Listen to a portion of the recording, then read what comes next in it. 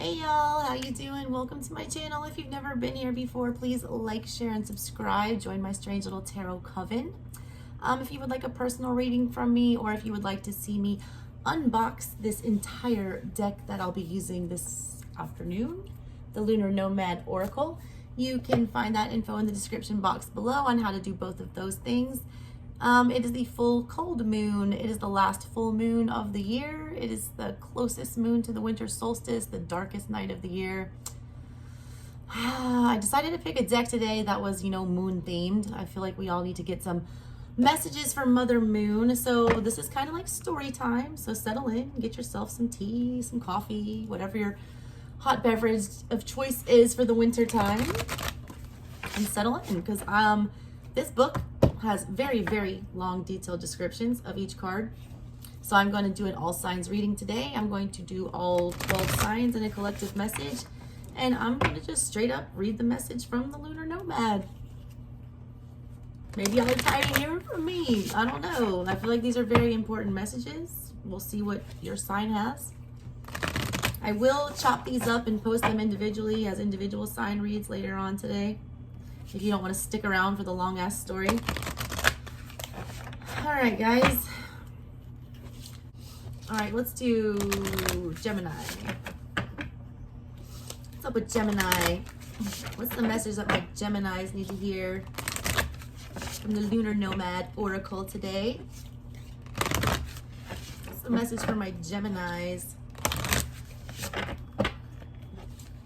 on this full cold moon? My little Gemini son howled at the moon tonight. He always howls at the full moon, and I live for it. I love him so much. He's so my child. What's the message for my Geminis today? One more.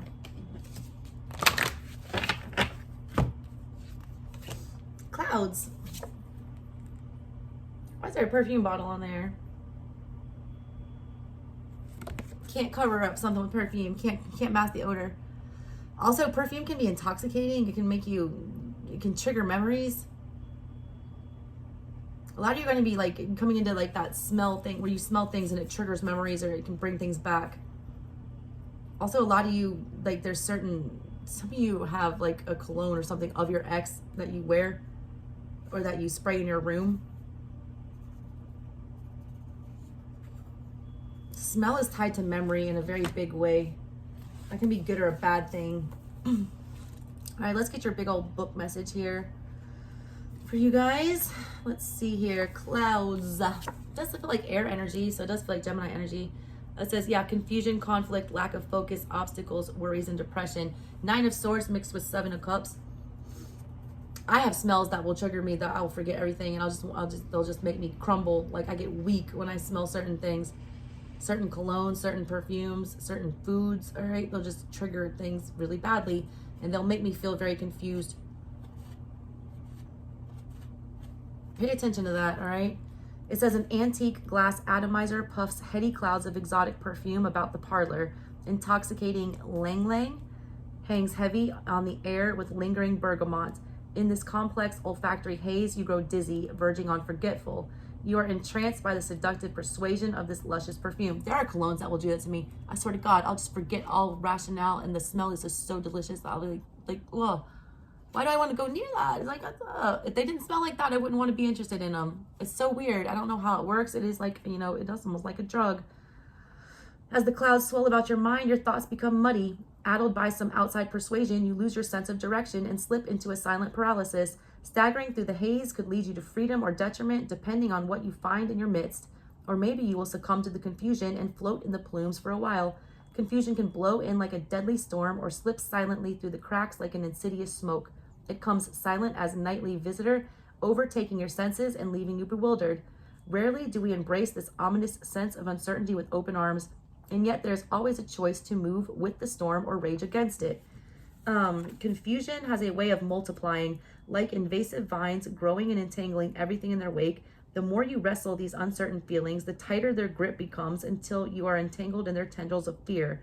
Before your intensity gets the better of you, consider slipping into a state of surrender, where a bit of clarity can shine through the darkness. The clouds may seem ominous, but avoid holding them in contempt. They are teachers of tough love.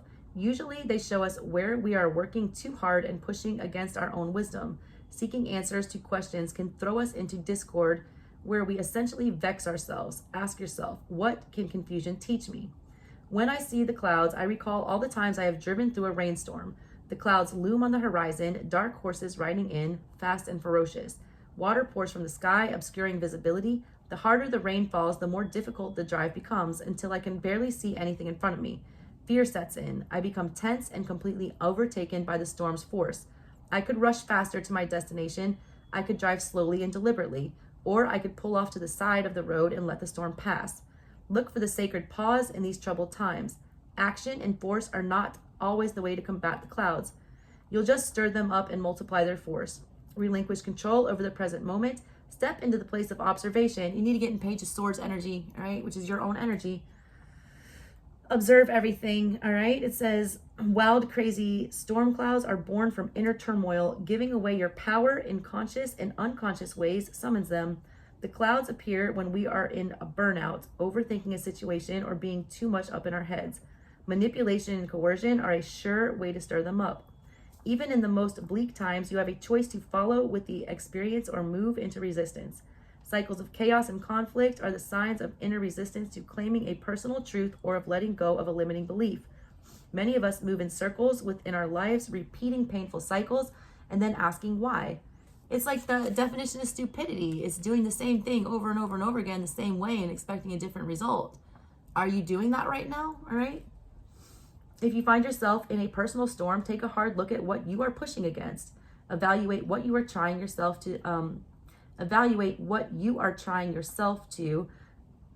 tying yourself to, and how you have fed the cycle that has called on the rain. There is no guilt or shaming in this. We are just naming our position of power. The heart of cloud's message is to reveal when and where you are clouded and help you discover why. Surrender is your friend in this situation. Remind yourself that this too will pass, so try not to rage against the storm and exhaust yourself. When we are in pain, we have tendency to want to numb it rather than get to the root of the cause. Obscuring our deep-held pain rather than working to heal it can lead to more conflict and confusion. The clouds reveal attachments to addictions and desires that wreak havoc on our lives and well-being. The clouds are the shadow self that wants nothing more than acknowledgement and approval. When the shadowy clouds appear as a sign of unhealthy attachment, treat them like hungry ghosts, strange company. I know, but sit down with them, offering them a warm chair and open arms. Listen to their story and see what wisdom they can impart. Remember, you cannot wrestle your way out of the clouds, so welcome them. Notice how there is a dark and light side of the clouds. Every situation has layers and facets. There is usually an ominous side that makes you want to recoil and a bright, benevolent side that invites you in. Notice which side of the clouds you find yourself on to see how deep and lasting an impression they will leave on you. Through recognition and acceptance, you can make peace with the shadows. The clouds part and the sunshine appears. Reach into the clouds and pull out the bright blessings and treasures that are hidden there. It's telling you to ride out the storm. I feel like it's like quicksand energy. Like the more you struggle, like the worse it is. So you just gotta sit there and take it, all right? You also have to take accountability for what put you there. Did you drive into the storm willingly? Did you call it in, all right? Did you, summon it? What part do you play in this? It's about accepting accountability for, why we end up where we are. If you keep choosing the same path, that's really confusing and always leads to that same energy. You get what you get. And that's what they want you to look at. They want you to look at your part in this. Are you as innocent, as you're claiming or whatever? Stop putting yourself in these situations that allow yourself to get your judgment clouded. Allow you fall for it every time, Geminis. All right, Geminis, that's what I got for you guys. Love y'all. Talk to you next time. Bye.